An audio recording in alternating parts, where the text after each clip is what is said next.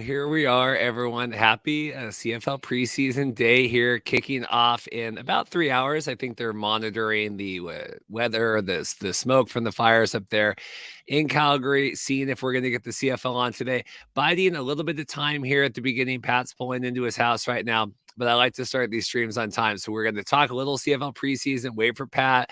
We're going to do the full USFL Week 6 breakdown today. Very exciting. I watched most of the games. McLeod struggling a little bit. Stars won. How great of a win was it? I don't know. We will talk through all of that. Just had a tremendously interesting Twitter DM conversation here. I will tell you, if you are ready for CFL coverage here after we get, it'll be here in the USFL and preseason and all of that. But if you are ready for some high quality CFL content, I have a lot of stuff in store. Just had a tremendously exciting Twitter DM conversation literally moments before hopping on here. So very excited about that. Chris is checking in here. He's saying, let's go. Jenna also checking in. Jenna should be happy. Her Showboats, just absolutely kick the crud out of the Maulers going to maul. I think Maulers came back down to earth here. We're getting some good reps for Matt Mangle, friend of the show.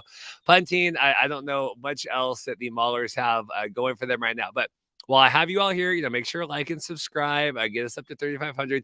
Could still win tickets to the USFL Championship game. But if you are saying, Reed, I have nothing to do today. If you go to cfl.ca/preseason live, I already did this. I signed up to check it out. Preseason CFL football kicks off today. You can watch the Edmonton Elks at Calgary St. Peter's here, 4 Eastern, 1 Pacific, free to stream. All you got to do is put in your email. We're going to try this out. CFL, I have lots of interviews lined up this week for our regular show. Talking, is it a good idea for the CFL to give away half their broadcast schedule free? I don't know yet. I don't know if getting people on here, sign up with an email, watch the games. I don't know if that's a good idea or not. We're going to find that out. But currently, you can watch all these CFL preseason games, including the one today. So if you're watching this, cfl.ca/preseason live. Could not be easier. I already signed up and did all that. So be sure to check that out. We're getting comments here. We'll talk USFL, but anyway, very excited for the CFL season. Very excited for preseason. I don't know if I'll be watching all the preseason games start to finish, but certainly excited. And I have some really great guests lined up coverage this week and next. We're going to have a live show for our pregame for the CFL on the 8th. Have some special guests for that. And then I also have a special show. I still got to talk with Andy about it, but Andy and I are going to have we're going to have another live episode coming up here that fits into your schedule. But really excited here. I see Pat's hopping on. We'll make sure he's all squared away here. Mike says, USFL was a rough watch this weekend. I don't want to be negative, so we'll see if Pat feels the same way. And then Darren says, what's up with USFL offenses? Should be much better. I agree. We'll talk through all that. Pat, can you give me a thumbs up if you're ready? Cool. Pat is here. Let's bring this down. Let's bring in Pat. Pat, how are you doing? And you are muted.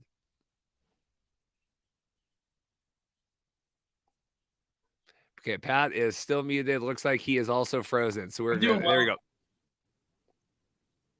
Pat, okay, Pat, your connection's way off here. Sorry about that. Pat, just call in from your phone. Here.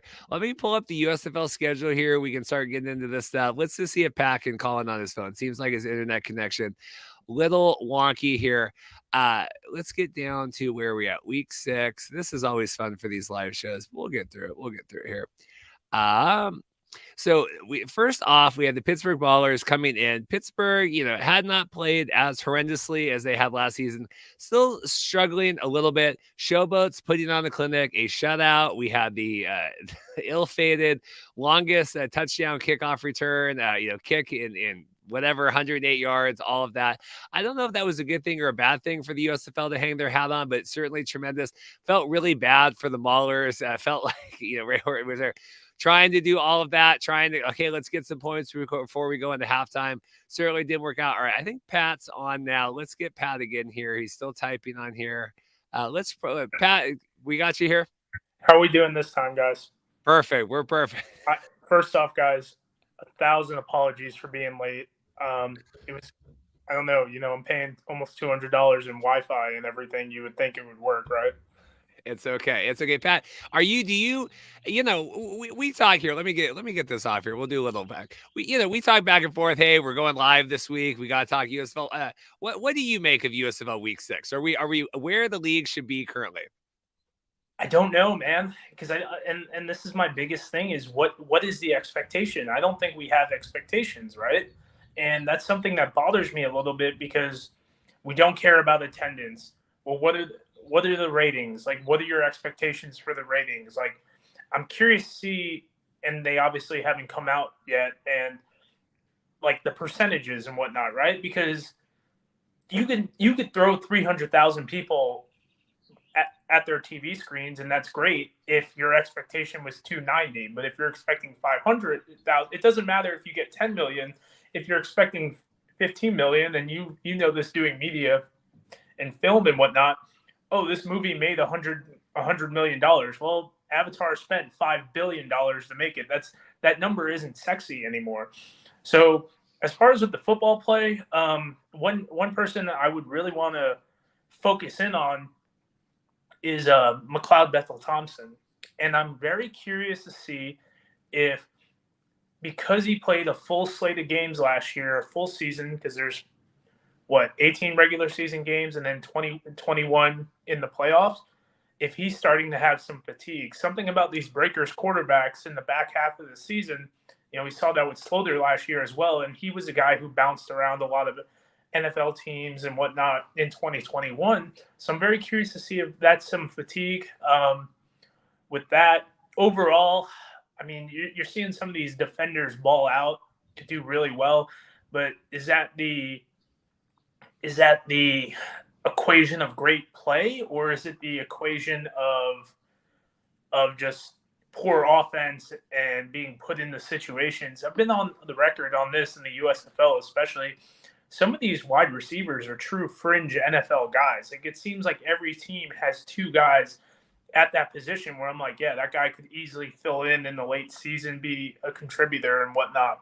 So I'm very curious to see what the actual help me out using the correct word, because I didn't finish my 4-year degree, is the disassociation maybe of the translation between their play to the quarterback. Like, by week 6, we should be like crisp. Like, we saw that Josh Love mishap at the end of the half, and I'm kind of just like, what's going on here?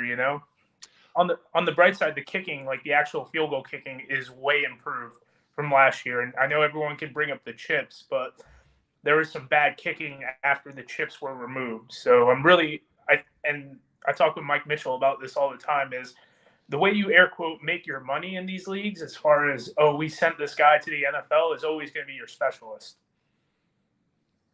Yeah, no, I know what you're saying. It's hard because, and I never want to come on and poo-poo any of this stuff. I watched 3 of the games this weekend. I had a wedding Saturday night, so I missed the Birmingham, Panthers. I want to talk about that. Panthers can't seemingly win at home. But I hear, and I had messages yesterday. They should be further along now. I've also get messages when the XFL was just as bad. People have Rose covered. I don't know if having the attendance there sweetens that, but it is hard to watch like that Breakers game, them struggling coming down the field. We each have one drive each in the quarter or whatever, and there's not a lot of fanfare, and it's just hard. It's I don't know if even the limited crowds at the XFL that made it better or worse. I don't know if that kind of hides that at all. I'm also having an issue with the officiating, and Yeah. this is kind of the double-edged sword, right? Where it's like, I don't want guys getting tackled downfield, but like Case Cookus, I think scored 3 touchdowns yesterday. I know he scored 2. I think there was one he was close on, and it got called back on the passing play. And I'm like, dude, like, what do you like?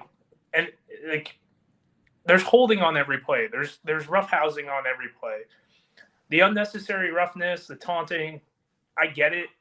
I was hoping, because of how aggressive they were, it was going to kind of keel it back a little bit. And it seems like guys are still doing whatever they want to do. And I get it. It's the heat of the moment. Like, I've played competitive sports. You make a big play, you knock someone down, you land a good strike on someone. Like, you're pumped about it. I get it. But it just seems like every 5 minutes, like, when you have an 11-yard rush and you do one of these and you accidentally hit the guy, they're calling a flag on it. And I'm like, dude, this is, I mean, it's taunting, yeah, but like I just ran over a bunch of grown men. I'm a Division III running back. No one thought I'd be playing pro football. Yeah, I'm a little excited about that. Like, I'm not for all like, and, I don't want to come off as like old man yelling at the sky. Like, I think the when they get the interception and it's a 3-yard return, and then everyone and their mother goes down to the other end zone, I'm like, okay, yeah, I get it. Like, that kind of homers me a little bit because it gives me the fan control vibes where I'm like, bro, this is enough. But it just, man, like it seems like every 15 and a half seconds there's like I don't know how long that last like part of the Stars game took, man. Like I was like trying to stay focused, but it was just getting annoying for me. Yeah, I've never I've never played a second of competitive sports ever. I can't even fathom. I played Little League baseball. I was placed out in left field or right field. I was sat the absolute Right.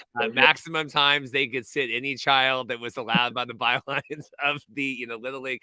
So I didn't understand all that, but I did enjoy that after the Cookus flip interception, which I believe that gentleman was out of bounds. I think his toe was on the line. We got the out of bounds there. But they were celebrating. They're like, they were doing a 10-minute review. They go, I think they're still celebrating there in the end zone. They're just absolutely going crazy.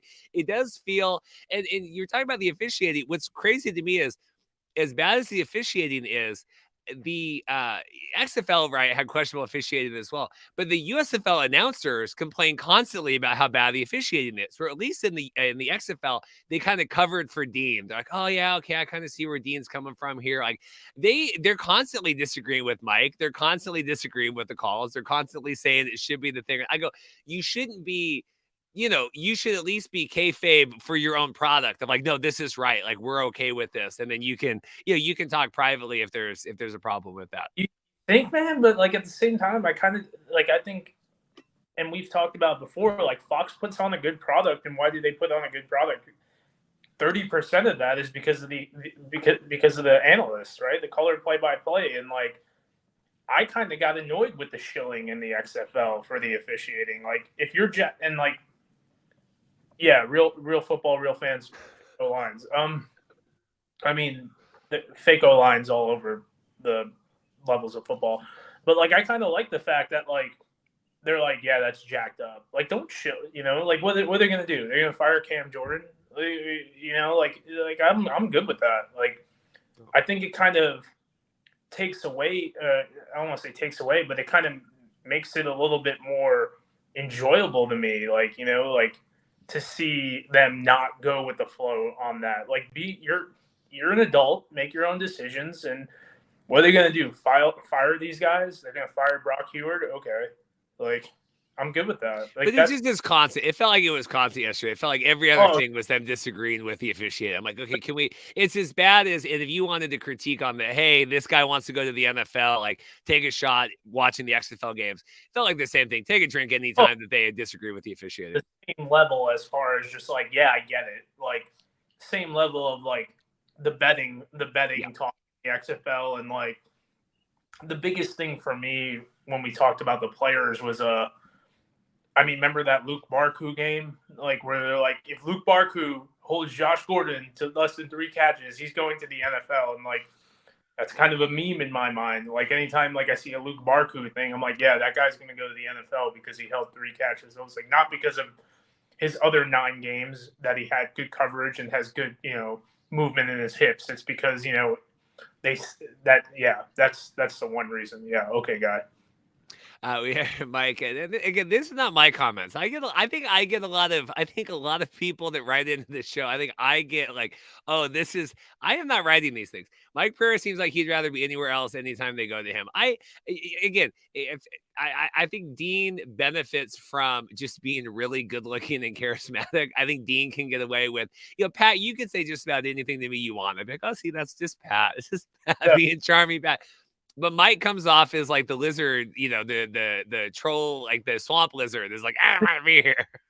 Yeah, I mean, there's pretty privilege, right? Like, I mean, how many times, and I hate to say this, how many times does, You have a good-looking guy say something at work, doesn't get a lot of those eyebrows, but someone whose butt is in the front instead of the back, they say something and he's a creep, right? Like, I mean, I kind of get that same vibe as well. Dean's got a good hairline going for him. Younger guy. Just enough of scruff, good jawline. It's just Dean. He's cute. It's fine. Look at him. Look at him up there.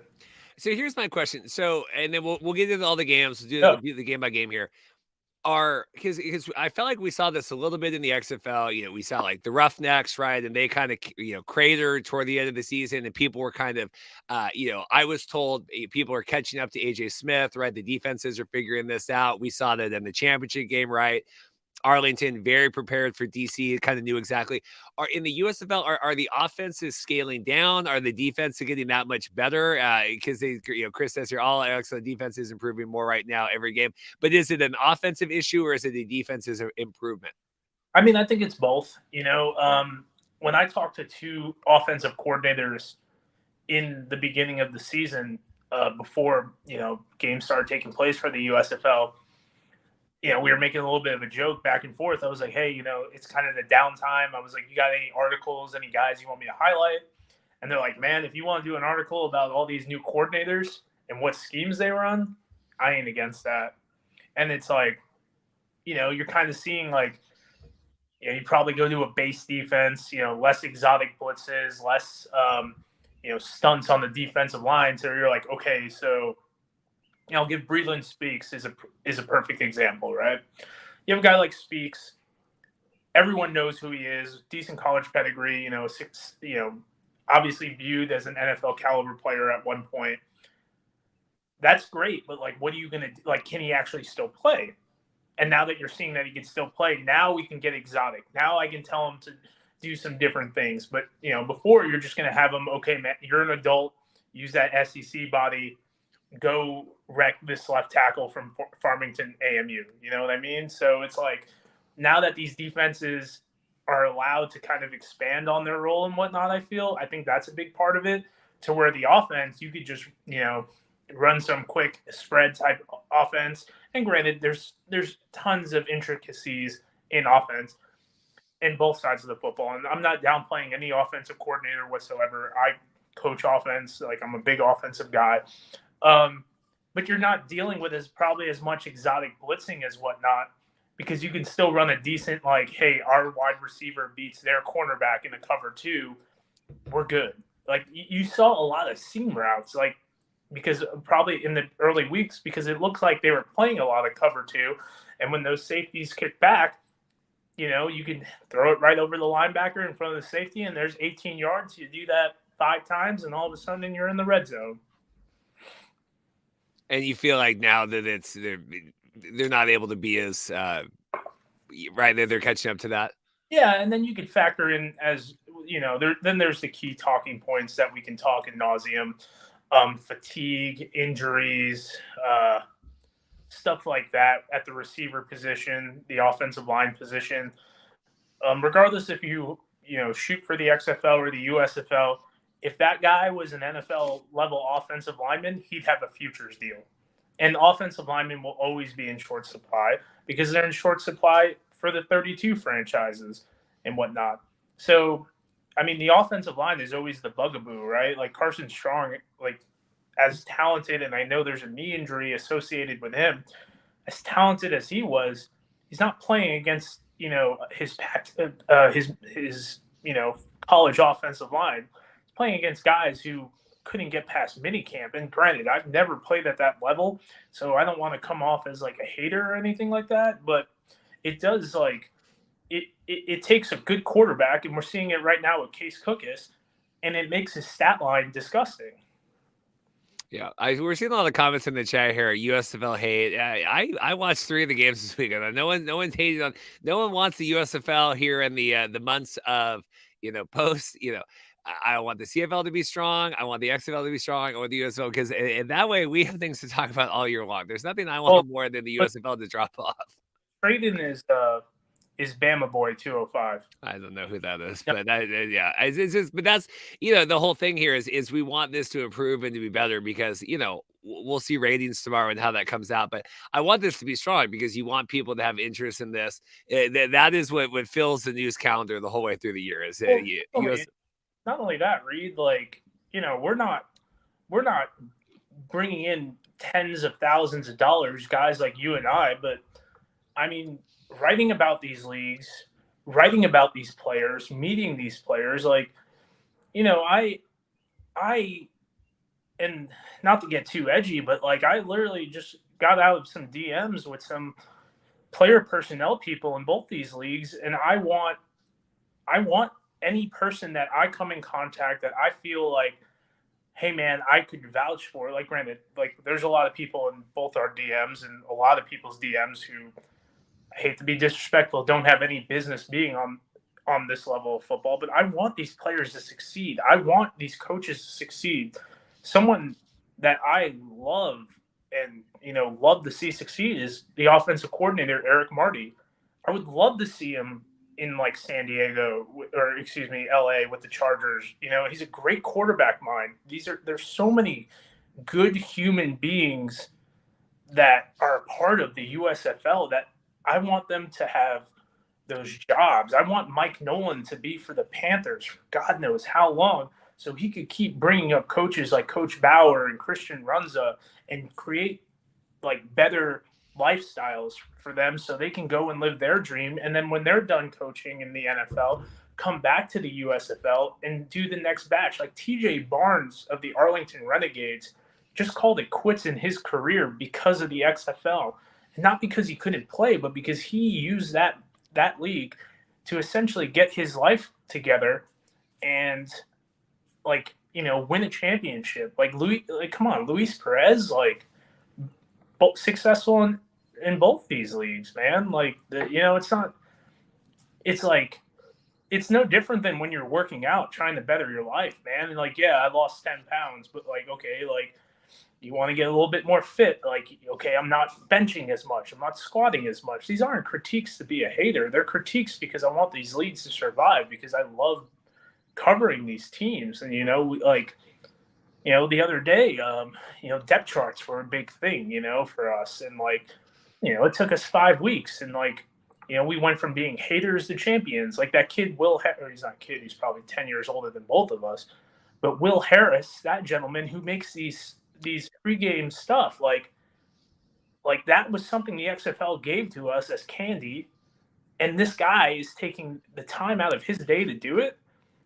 Like, come on, like champion this guy. You know what I mean? I did like how that one thing on the depth charts out. I got people tweeting me like, "Oh, well, there you go, Reed." I'm like, "Yeah, there you go, exactly." Yep. Like, who complained all last year and then got USFL podcast and Mark and all the people into the championship game press box. Oh, that was us complaining all year about it. That was what got like. Sorry. And look at what the USFL podcast did in the past. For whatever they call it, I don't know. But regardless, it's like that's, granted, we have things going on, and I don't know what Stefan and Zach do, and that's, for their full-time gig. But I mean, that's, regardless of how we feel or they feel about us, like it's huge champion of the league. It's great. It's great for the league. They did a great job in the presentation, and I would love to see that, number that they got be 10 times more, because regardless of how much money they put into it, they still put the effort.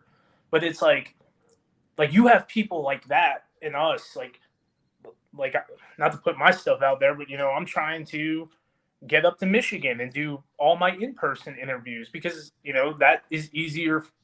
that's easier for me to relay the stories and whatnot. And it's like, I'm willing to spend my own time and money to give you guys a platform. And I'm not the largest platform out there, but all it takes is one guy seeing it who's got bigger platforms than us, like the dude Brandon Perna, That's Good Sports. He sees it and he's like, you know what? I'm not doing anything this weekend. I like Ben DiNucci. Let me go talk to him. He's in the Broncos. So talk XFL. Or like Caden Davis is on the Panthers now. We'll get to the games here. My last comment, we'll get to the games. People ask, even the XFL, and I've been treated tremendously well. But people ask like, "Oh, this," so I used to be the big CFL hater. It depends back and forth. But Yeah. the reason why I like the CFL is and I just bought my tickets yesterday. To go up to do the Grey Cup. They roll out the red carpet. The CFL is happy with any coverage of any kind. As long as it's not like offensive or whatever. But Yeah. I'm beginning to plan the slate of preseason and we're going into the CFL kickoff. And I can literally email 100 different people, email the teams, email the team reps, email reporters. They're happy to come on. They're happy to talk. The league is happy to why wouldn't I want to be, work with them and be able to kind of help share that because they appreciate it, right? And the XFL is that way, and I think that they were dealing with this, the upstart struggles, and I'm hoping and excited that will continue throughout this year. Now that they've kind of got their feet under them, but why wouldn't I talk about these leagues more that embrace and champion the stuff that we do? And it's a copacetic, relationship versus, Fox that, some weeks it seems like they want to play ball and some weeks they don't. Okay. We can vamp at the end if we want to go any more about that. I was talking Maulers, Showboats, when you logged on here, Maulers, horrendous game, shutout. We had the big kickoff return, kind of all that. That was just kind of the comedy of errors leading into the first half. That was kind of when I got involved in the game for the most part. Yeah, I mean, we saw some major regression from Troy Williams. He did a good job, obviously, staying mobile, which is what he does. But he did have a lot of cheap completions. But he also hit Bailey Gaither on the sideline for a decent gain. Him and Isaiah Henney, I think Henney had 103 or 104 for receiving yards. Really like that. I mean, it just seems like the Showboats are getting hot at the same time, at the right time. Big thing, for my personal opinion, with the Maulers is that they don't have a true RB1. I think Groshek only had one carry for a couple yards. He's not a burner, He's the most impressive 3 yards a carry guy because it seems like he's always getting hit in the backfield and then pushing forward for about 3 yards. He just didn't have it, and that kick at the end, I don't fault Coach Horton for going for that. I think that, you got a good kicker. He's an NFL caliber kicker, and they went for it, and it didn't work out. And, those kick return field goals are always scary. First off, I wouldn't say it was the greatest play I've ever seen, but it was definitely the best field goal return for a touchdown I've ever seen because it wasn't the return, because at that point you're just bobbing and weaving through obese people. It was that original catch that he tiptoed. That was what was so impressive to me about it. Well, I was told it was the best kickoff return in history. That was what I saw. The USFL told me that history was made. It was the best one ever. Yeah, I mean, you only got like 13 of them to go off of, so I mean, it's in the top 15. That's pretty cool. But I'm a big Showboats guy. Juwan Washington, a fringe guy in my opinion. Alex Collins was there. He's obviously hurt. But something that people don't talk about enough is Cole Kelly. And I don't know if I talked about it on your show. I know I talked about it in my QB rankings videos and articles, is when Cole Kelly gets hit, he's 6'7", probably 235 to 240 pounds. Man is an adult. So when he's getting hit, it's not the initial, okay, I just sacked a 6-foot quarterback. I sacked Tua. I'm sacking an offensive lineman / tight end who isn't going to go down so easily unless I have a good, running start. And even then, it's pretty impressive to bring this man down. So he's able to throw the football away, throw an incompletion, dump it off to the running back, and now you're going from a 2nd and 17 to a 2nd and 10 or 2nd and 8 or something like that. And that kind of deflates his stat line a little bit because now it's an incompletion, not a sack. So instead of 14 of 24, he's 14 of 20, but he got sacked 4 times. I mean, that adds up, because now you're not changing your playbook. Now you're 2nd and 8 and you can run the ball. Okay, you got 4 yards. We're 3rd and 4. Let's run a mesh route. Let's run it again. And that big factor in his game, I don't think gets talked about enough.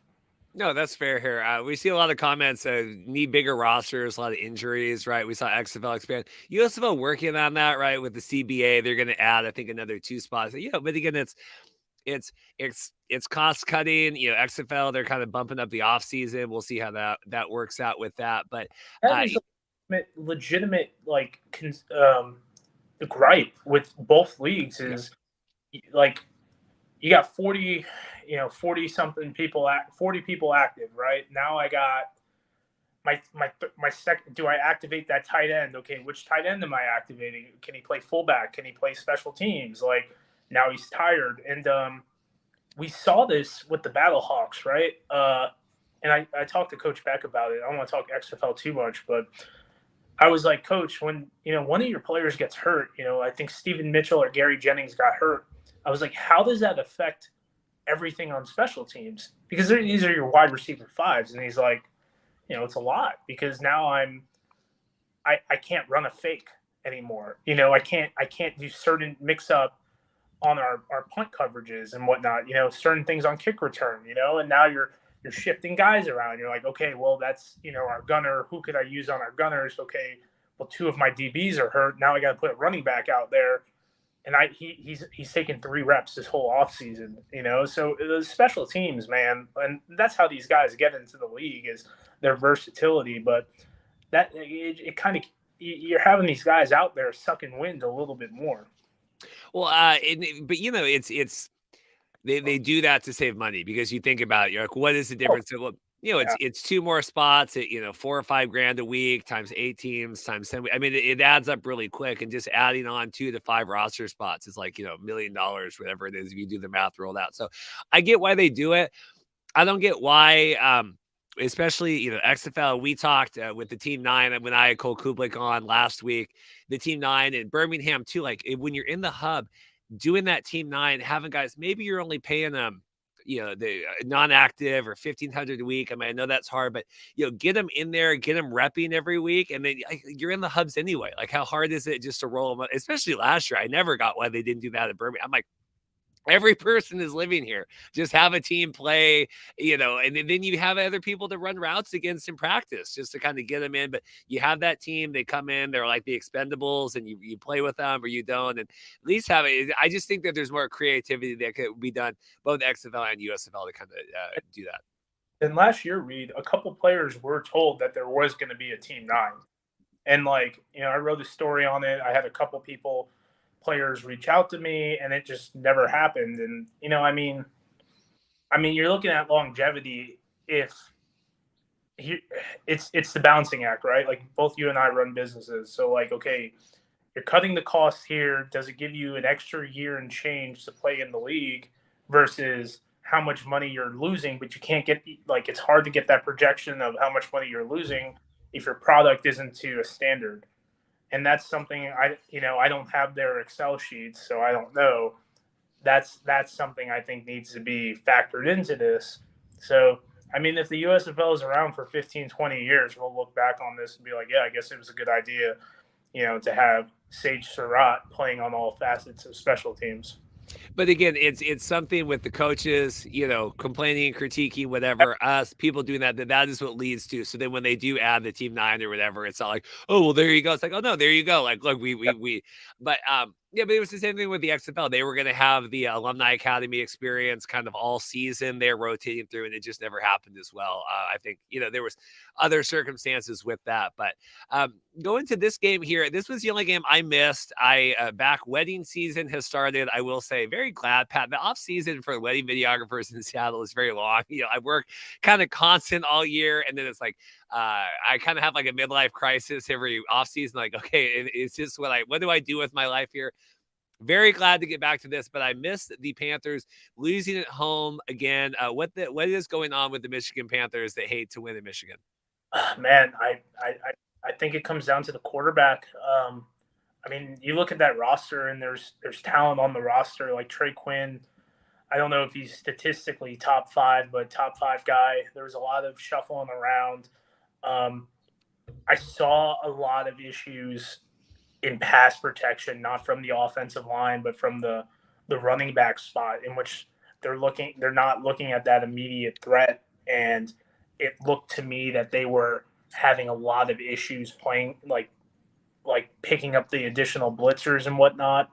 Um, I would like to see a little more of Stevie Scott versus Reggie Corbin.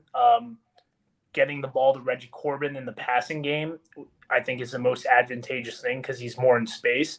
And Stevie Scott, it just seemed like every time was bouncing up and down, like breaking a lot of tackles.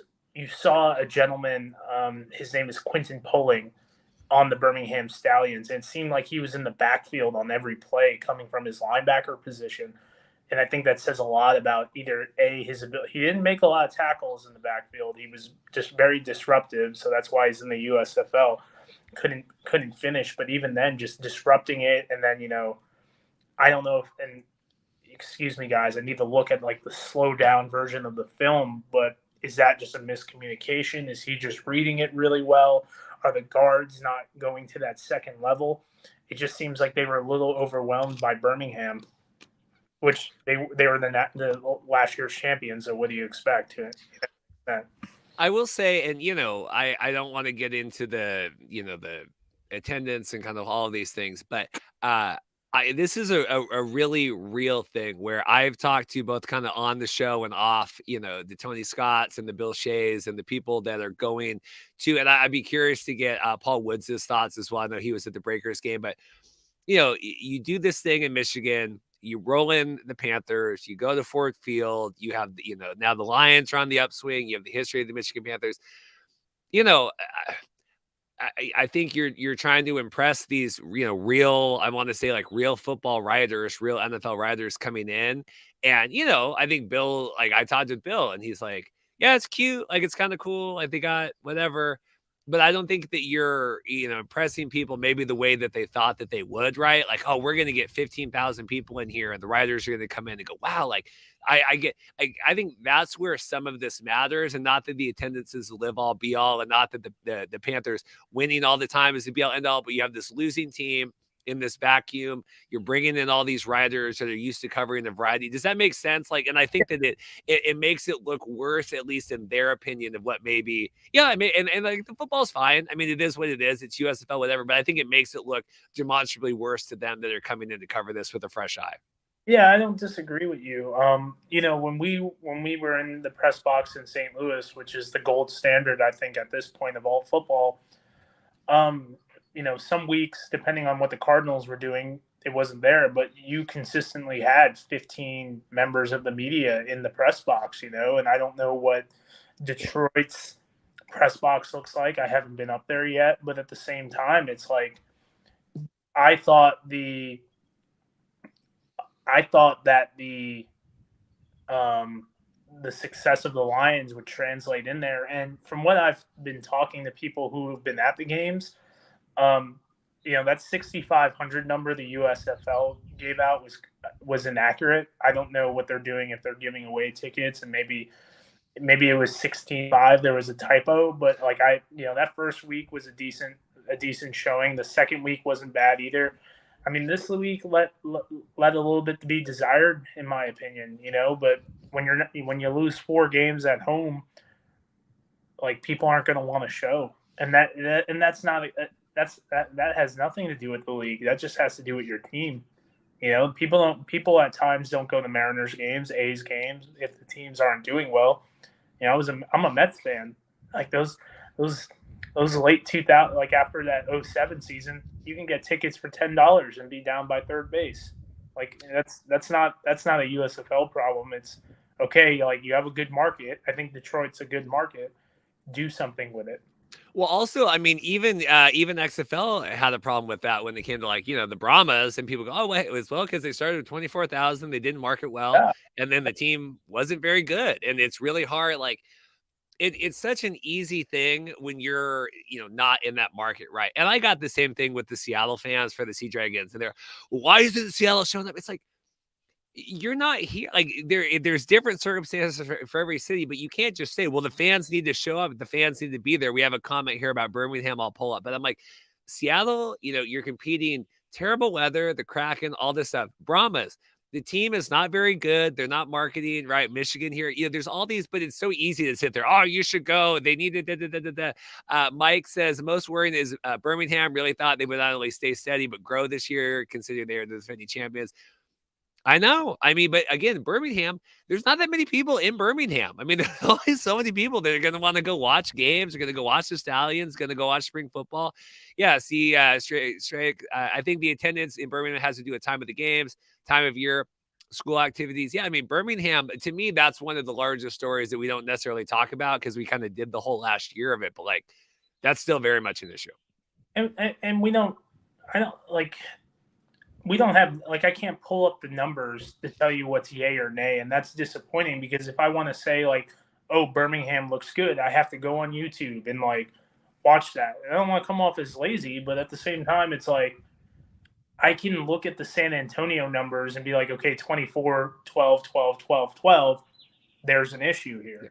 I can't do that with, like, I can't do that with the USFL. And that's what annoys me a little bit. And it's like, I think there's going to be a lot of, like, people that are going to be like, oh, these attendance numbers are terrible. Like, this league's trash. And, like, you can do that all you want. That's fine. Like, to an extent, some people take it to another level, but I'm not doing that to be a jerk. Like, I'm doing it because I want to know, like, am I going to have, like, are these people going to have jobs next year? Are these people going to do this? Are we going to be able to have a certain portion of our job next year? And it's like, come on, guy, like play ball a little bit. And that's the thing is, like, my aunt who doesn't care about football at all, and it was Mother's Day, I'm watching the game and she's like, oh, is this college? And I'm like, no, this is a pro league. Like, let her know about it.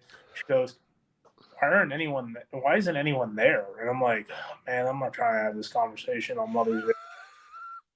Like, but yeah, it's like, it's the ultimate bugaboo for the USFL, and I hate it because there's so much more to their income and what they bring in and the advertising. Like, they got the golden ticket with Fox, but at the same time, like, to the casual viewer, they're not going to spend 20 minutes on their phone to look about, like, is the USFL financially successful?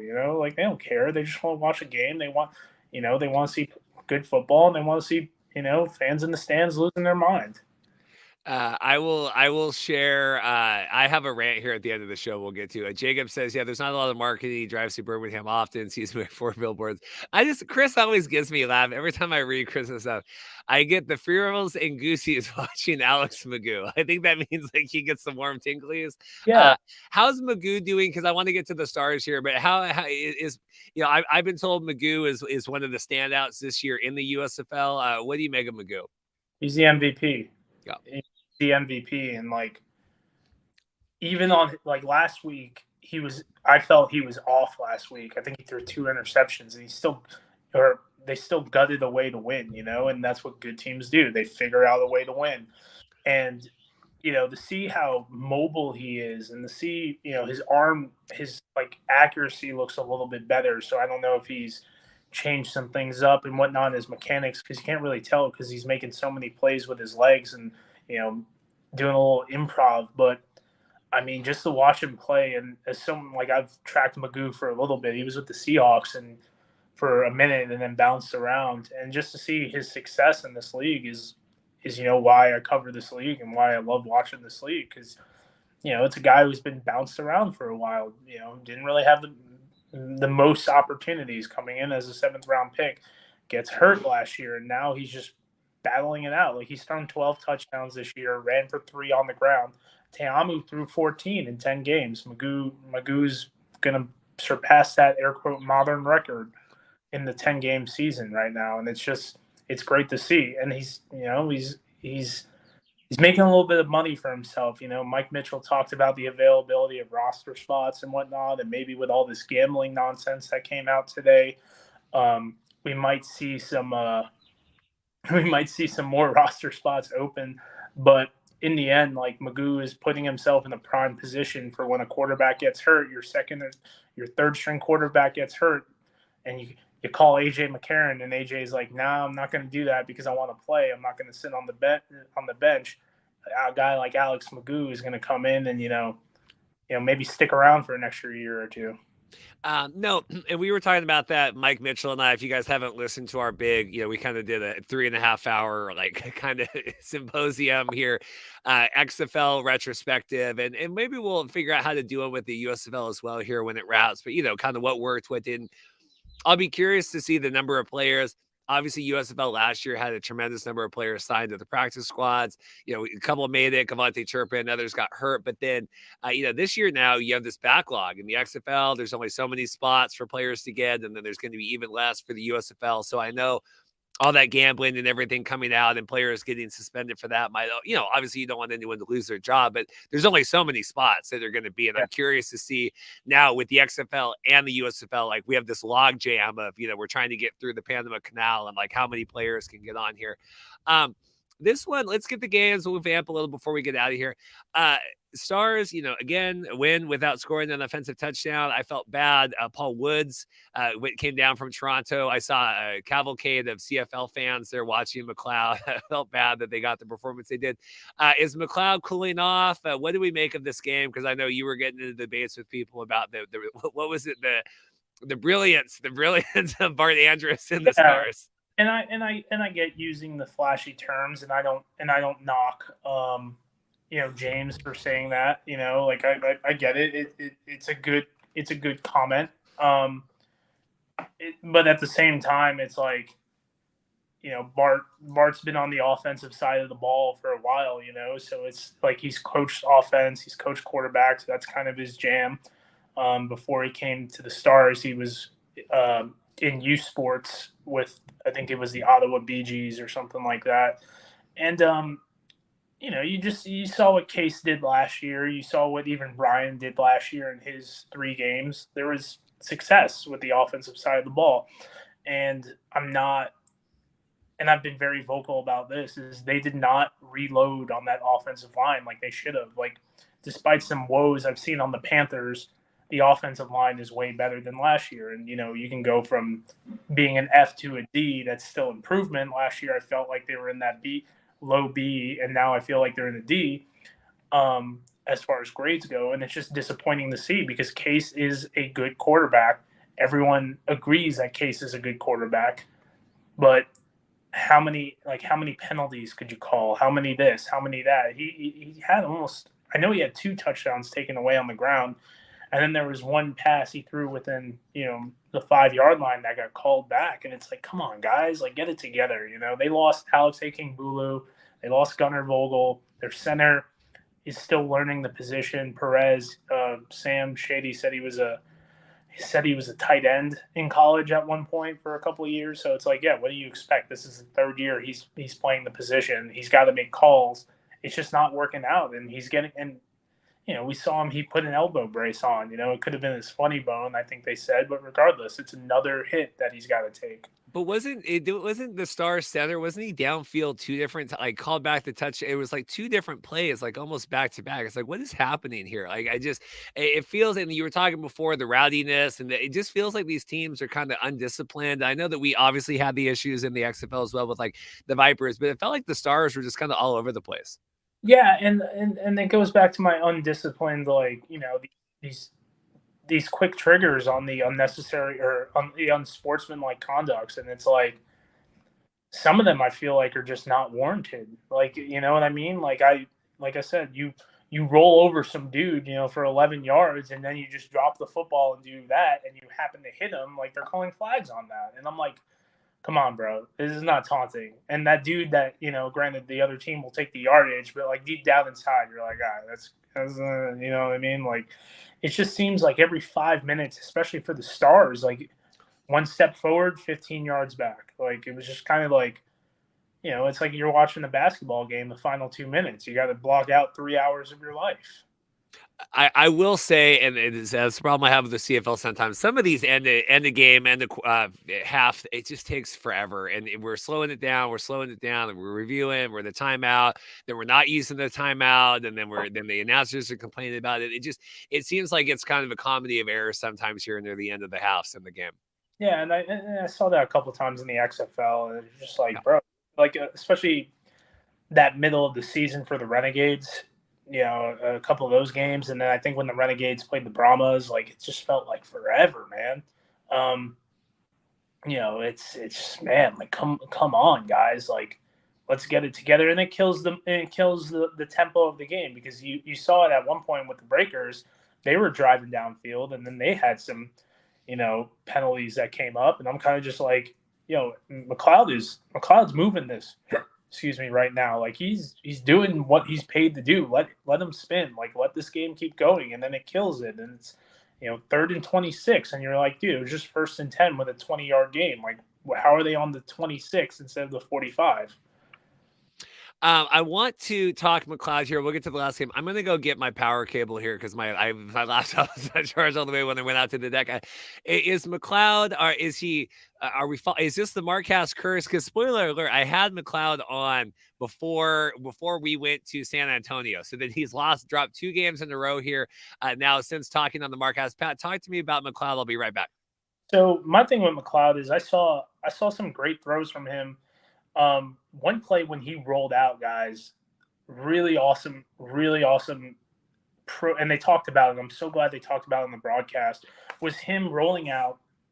There was nothing around, nothing there, and he just threw the ball up, and they got that DPI. Like that's a pro quarterback move, right? You're kind of seeing guys step in step. You're going to want to, just give your guy a chance to either catch the football, go the flag. If not, they punt. That obviously moved them along down the field.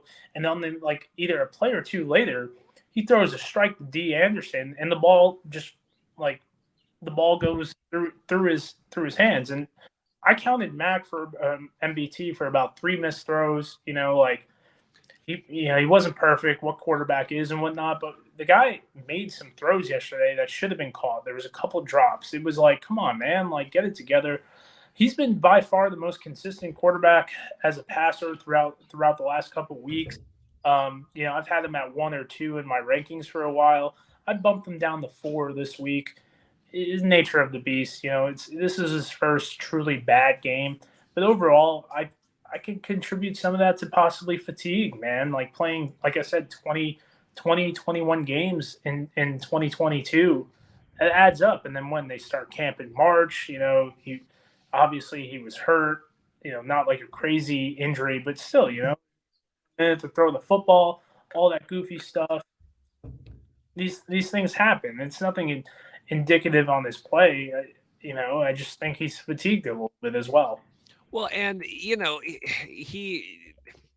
it's tough, and that's the thing that people don't get about these spring leagues is, if you're going from the the NFL or practice squad, you're going to the XFL, or you're going to CFL, coming in. Yeah, McLeod beat up, and he plays a really physical style. I mean, you saw even yesterday where he was scrambling, was kind of like tripped down, and then came back up and took another big hit that the play was already done. It's like, God, that's just like another hit this guy's got to take. And we saw it with Turpin. Like people, they talk about him in the USFL to the NFL, but like he played in Poland for a couple games. He played in the spring. This is going to 21. I think he played with the Frisco Fighters of the IFL or an Arena League in 20. In the back half of 20, goes to the spring league, goes to Poland, goes to fan control football. These are out of order, so excuse me, guys. Goes to the USFL, then goes to the NFL, and like the dude's been playing for like 2 years in a row, man. Like how much rehab is he doing? How much, and then he plays in a playoff game as well. So it's like, come on, bro. Like some of these guys need a break, and like I get it. It's we say that for these athletes, yet we're grinding on 2 or 3 jobs to make our dreams come true. So who are we to give unsolicited advice? But man, it's a grind for some of these guys, man. And I think MBT is right up in there. The season ends in November, and he's in training camp in March. Yeah, it's not. I mean, it really is not sustainable. I mean, you need to figure that out. And I don't know if it's better or worse. I think, for the players, I do think, and we've had comments here in the chat about the timeline. I think the timeline getting out in April with the XFL, having a couple months to just kind of reflect versus you saw how many of those guys were getting hurt coming out in July and then going to the, training camps over the summer. It's a really hard turn. Last game, and then I have a rant before we get out of here. This competing against the Dallas Stars here playing against the Vegas Golden Knights, losing in overtime. We have the Houston Gamblers Over the Generals. This was a slower game. I know Anthony Miller was covering this for News Hub. It wasn't the most of exciting matchups. We had, I think it was Kugler and Joe Klatt there calling this one. What did you make of the Generals and the Gamblers? So it seemed like they were a little bit more, the Gamblers, they were a little bit more conservative with Bahar coming off injury. I think Kenji has been one of the better stories of the league. Not some, depending on who you are, a little bit of an unknown. In 2022, Clayton Thorson's backup goes 2-1 in 3 starts. Obviously, very successful so far this year. Played a little bit more of check down Charlie a little bit. He had a great pass to a friend of my show, Clint Sig, that got called back. It was like 20 yards. But you saw a little bit of that, utilizing the fullback a little bit more. Anytime you have Mark Thompson, your life becomes a lot easier. Guy ran in for another touchdown. What do you have, Reed? 22 carries, almost 90. Yeah. Putting together Justin Hall, they hit him a lot on these screen routes and whatnot. He had one ball, I think it was to Ratliff Williams, he wishes he had back, but he played, no turnover-free game. And, for a young quarterback who this was his 5th start of the year, so we're on 8 starts since coming out of college, that's all you can ask for, A little bit of a pro comp to Jordan Teamu.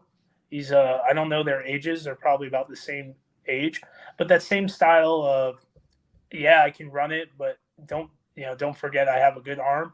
But what I like about Bahar is that he's hitting the checkdowns more, and I didn't see that from Teamu until later in the season, which is when he started opening up as a passer, utilizing his tight ends. And then you saw it last year, this season in the XFL with Alex Ellis, Ethan Wolf, and Briley Moore, all having a more sexy stat line. What is the deal with Kyle Lauletta, and why is he not playing? It seems to be up to par. I mean, the guy's got a weak arm to the wide side of the field. I counted 3 out routes that he completely missed. He threw 1 or 2 into the at the feet of the receiver. He's way more athletic than I thought he was. A lot of people forget he played in 2 NFL games last year, in 2017, and one of them he was lining up a wide receiver when he was with Eli and the Giants. I'm not sure really why. There's some speculation on the Twitterverse, but it's all speculation. Obviously, DeAndre Johnson was active. DeAndre's improved so much as a passer this year, and obviously his athletic ability is unmatched. So it's really disappointing to not see him get those reps and I don't know if DeAndre go to the NFL. I don't think he will, but to not get those reps to keep improving and keep putting together the best opportunity for his team. And that's what I feel like the Generals need is DeAndre Johnson, because then you have that 3-headed monster in the backfield with him, Victor, and Williams. And, it's a hard thing to contend with. And it's just disappointing. I don't, because I feel like as fans, in media, we didn't get the best product that the Generals could put out there. And that's the thing. You always want the best product for your fan, for your team, and, for the brand. What's the speculation on Twitter? Like injury wise or politics wise, or what's going on? I saw some things about injury and that, but at the same time, if you can't go, you can't go. Bring up Prue Cup. Prue Cup's more. Yeah, Prue Cup didn't look good from what I saw. Yeah, he didn't play. He didn't play this week, but he's more athletic, so you could still bring in the read option game, and you have to, regardless of his arm, you have to respect his rushing ability. Lauletta had some great runs, but they're not designed. They're on broken plays. He had an 18-yard run. He broke 2 tackles and then, ran. He's not a slow guy. I think he ran high 4.6s, low 4.7s. Not slow at all, but, it just depends on what you're trying to do with the offense. I thought Lauletta would kind of be that Luis Perez, but I saw too much improvement from Johnson to kind of buy into that. I thought Johnson should be getting at least 95% of the snaps. And, you use Prue Cup because he's a little bigger, kind of in that same mold on the third down, the push plays and whatnot. But it's disappointing to not see Johnson out there, especially when, they're all in the playoff race and he gives you the best opportunity to win. Last thing here, and then we get any other thoughts Pat has before we get out of here. I was watching the game yesterday. I have gotten the emails. They've probably ran this ad. I usually tune out kind of during the ad breaks, but I've gotten the emails. Real football, or, real pros, real football, real fans, or whatever, real fans, whatever it is. The thing is, but I absolutely hate this. I took a screenshot of this. The real fans, and this guy is going to be the face of the real fan. Read Finger, but I hate this, Pat. I hate this. I think this is. I've seen. Oh, this isn't a shot at the XFL. This is a shot at the XFL. I think this is absolutely a shot at the XFL, but I don't like it because the XFL. Say what you want about either of these leagues. The XFL is out attending the USFL by leaps and bounds here, but I hate this, and I think that this helps. Like, you kind of sow those seeds of polarization, right? We see it even in the chat here on the show. What do you make of this? I mean, we talked about it, right? Like, who threw the first stone? We're at the Hatfields and McCoys. USFL, absolutely. Like, I have tracked this all. XFL has never thrown a stone. I don't think they care. I disagree. I think it goes back to Rod Woodson. I think our comment from Rod Woodson. I think the comment. I think the first thing ever was the week of the USFL kickoff. They interviewed Daryl Johnston, and he said, "We have a slate. That our TV slate is better than anything the XFL will put on the air in terms of broadcast windows." I believe that's the first thing. And if you want to credit Rod Woodson's comment on the Markcast following that, I don't think we're that important. I don't. Well, I mean, you're important to the Twitterverse, right? Like the people who harass us in our DMs, and it's not. And once again, guys, it's not hard. Like, I don't want to get too edgy here, but it's not hard to figure out things, especially when you have a little bit of a background. So, like I said, Bama Boy got real quiet after we called him out. But yeah, it's weird, right? But on the flip side, though, like I'm a little disappointed in Daryl Johnson. Because what was he doing in 2020? It's with the XFL. Yeah, he was. And who was he with? He was with the Dallas, right? Yeah, and who's his boy? Now you're asking me two other questions. Big game Bob, Anthony Miller's there you father. Yeah, there you go. Yeah, his father-in-law. Yeah, so that kind of shade to me is like, I don't want to do the remember where you came from, because I think he was a part of the AAF as well. But it's kind of like, come on, dog, like step it up. And now it's like, you got Rod saying that stuff, which I wouldn't have said, not that I'm like the most like boiled back, but my thing is coming from my background, when I deal with clients and they're more polarizing and they say, I don't know why I need to hire you and your guys. And I'm like, well, ma'am, well, sir, you alienate 50% of this country. Regardless of what you're saying is true, right, wrong, or indifferent. You just said that 50% of this country or this, market is dumb, and I don't agree with you, so you're not with me, you're against me. I think it's the same mentality. When you do this stuff, you alienate an X amount of percentage. No matter if it's the XFL or the USFL doing it, you alienate a 50% of whoever, or a certain percentage of whoever. And to me, that's just a bad look. And I will never forget that New Orleans guy who got barraged on Twitter. He was just like, oh, there's a New Orleans team. Why don't they play in New Orleans? And they're like, because you don't know this and you don't follow this and you're not about it. And this dude's like some random guy who's probably an accountant that's dealing with, during tax season, dealing with, millions of dollars, and is like, yeah, sorry, I'm not on Twitter, like perusing about why the Breakers don't play in New Orleans. I have children. It's Little League season. I will say, because the Rod Woodson quote was, if people are, when we went down to the Arizona Showcase, it was Matt Lyons, myself, Evan, and Brandon over with the Comeback Period show. And we went down, we interviewed, Becht was there, Woodson was there. We talked with Russ Brandon off camera. I'm trying to think of who other the coaches. We had like 5 of them. The video's on there. If you go on the YouTube channel, the video's on there. But yeah, we were asking, I think we asked like, Rod, how are you going to attract, all these players are going to the USFL now. Like, are you worried about talent depth? I think he was like, well, we're going to care more about the players than the USFL. And it's one of those things. I worked in journalism for years. I worked in TV, and I'm like, That is a good soundbite. That is a really good soundbite. Like I wouldn't have said. The thing is too is like, oh, like you get some of these XFL guys are like, foo to USFL, and I'm like, bro, you took like 80 players from that, and like some of those 80 players were some of the best like players in your league, dude. Like, chill out, And then it's like on the flip side, you get a lot of these USFL guys who's like, oh, we don't need Jordan Teamu. I was like, I mean, everyone could use some Jordan Teamu. Everyone could use this. You got the flip side too of like the Kyle Sloter hate, and then he's back in Birmingham, and everyone's like, he knows where he belongs. I'm like, bro, Kyle's just trying to freaking hang out with his girlfriend more, man. And now getting an extra $30,000 to do it. He's having a good time. He's got almost $2 million in income from professional football. He's chilling right now, dude. I do. Where is it? I do. And then we have a couple things here. We'll get out of here. I do concur with this. Rock and Roll Alien. What Rod said was not an official statement. Fox put real money into. Yeah, I do. I mean, coaches' comments off the cuff to XFL News Hub writers and myself, and at the end of the last showcase, at the end of a horrendous 2 months. I don't think it's kind of whatever that way. To me, the first shot was the Daryl Johnston thing. That is, I do believe I've tracked it back that far.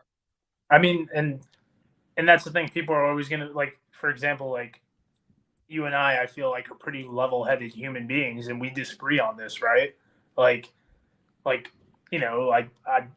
people are only going to know what they want to know, what fits in their thing. Now, like, you've educated me on this, like the Daryl Johnson thing, because I know he said some things, but like now does that change my point of view on it? Like, okay, I consider myself a pretty analytical and rational human being.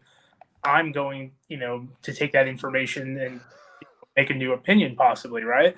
Someone else does not want to do that. They're just looking at this, like, because it's gone back so far, and it's really not in the scope of reality, but in the scope of Twitter, that's a lot of reach. That's a lot of scrolling you got to do to get back to those sound bites, right? In those tweets. And it's like, man, I don't want to come off, these 800 people's jobs are around.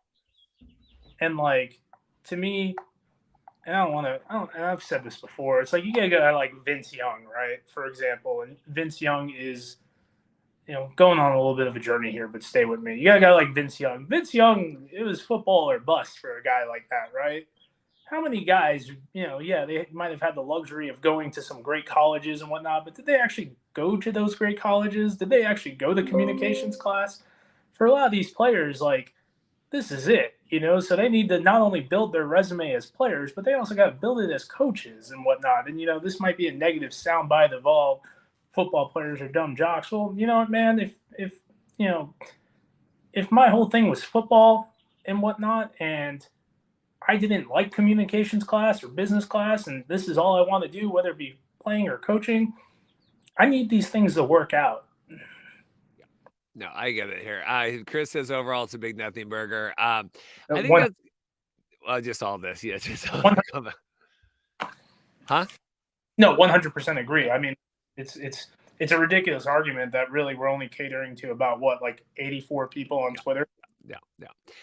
This last thing here, I got someone working at the front of my house I got to go check in with here. Last thing, Chris says, Frida, you picked up USL too. The Philadelphia Stars is the team of the Markcast. I've had Case Cookers on the podcast. I have the jersey. I've had the players last year on, and we're going back with Brian Scott, Matt Mangle, and all that stuff. The Philadelphia Stars are the team of the Markcast. Pat, anything else before we get out of here? I'm a shill for myself, guys. If you want to send me any more good comments, bad comments, borderline harassment, hit me up on Twitter by Pat Rifino. YouTube is Analyze and Educate. Always good for a good conversation. If you're gonna harass me, I'm just gonna background check you, but that's a different fine. And then call you from one of my burner numbers. That'll be good. The thing I just tweeted out, the CFL preseason game this afternoon is going to be pushed back half an hour. But I am saying, like, check this out. I'm really excited, Pat. I have a DMs right now going on that it's going to make you're going to get the gooses and feels or whatever Chris was getting earlier. You're going to get all of that when you see it. Many DMs coming.